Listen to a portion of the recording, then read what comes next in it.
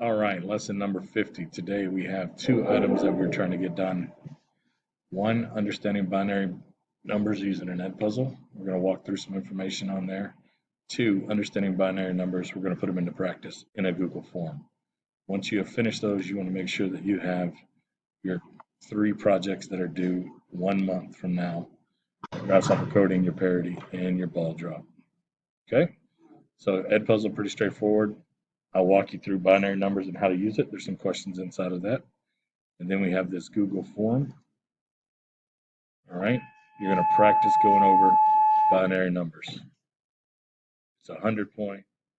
There's 28, 9, no, 18 questions. 18 questions practicing binary numbers. You want to make sure you get that done. 2 grades. After that, you want to be sure that you are caught up on your projects that we have for the quarter and any other missing work.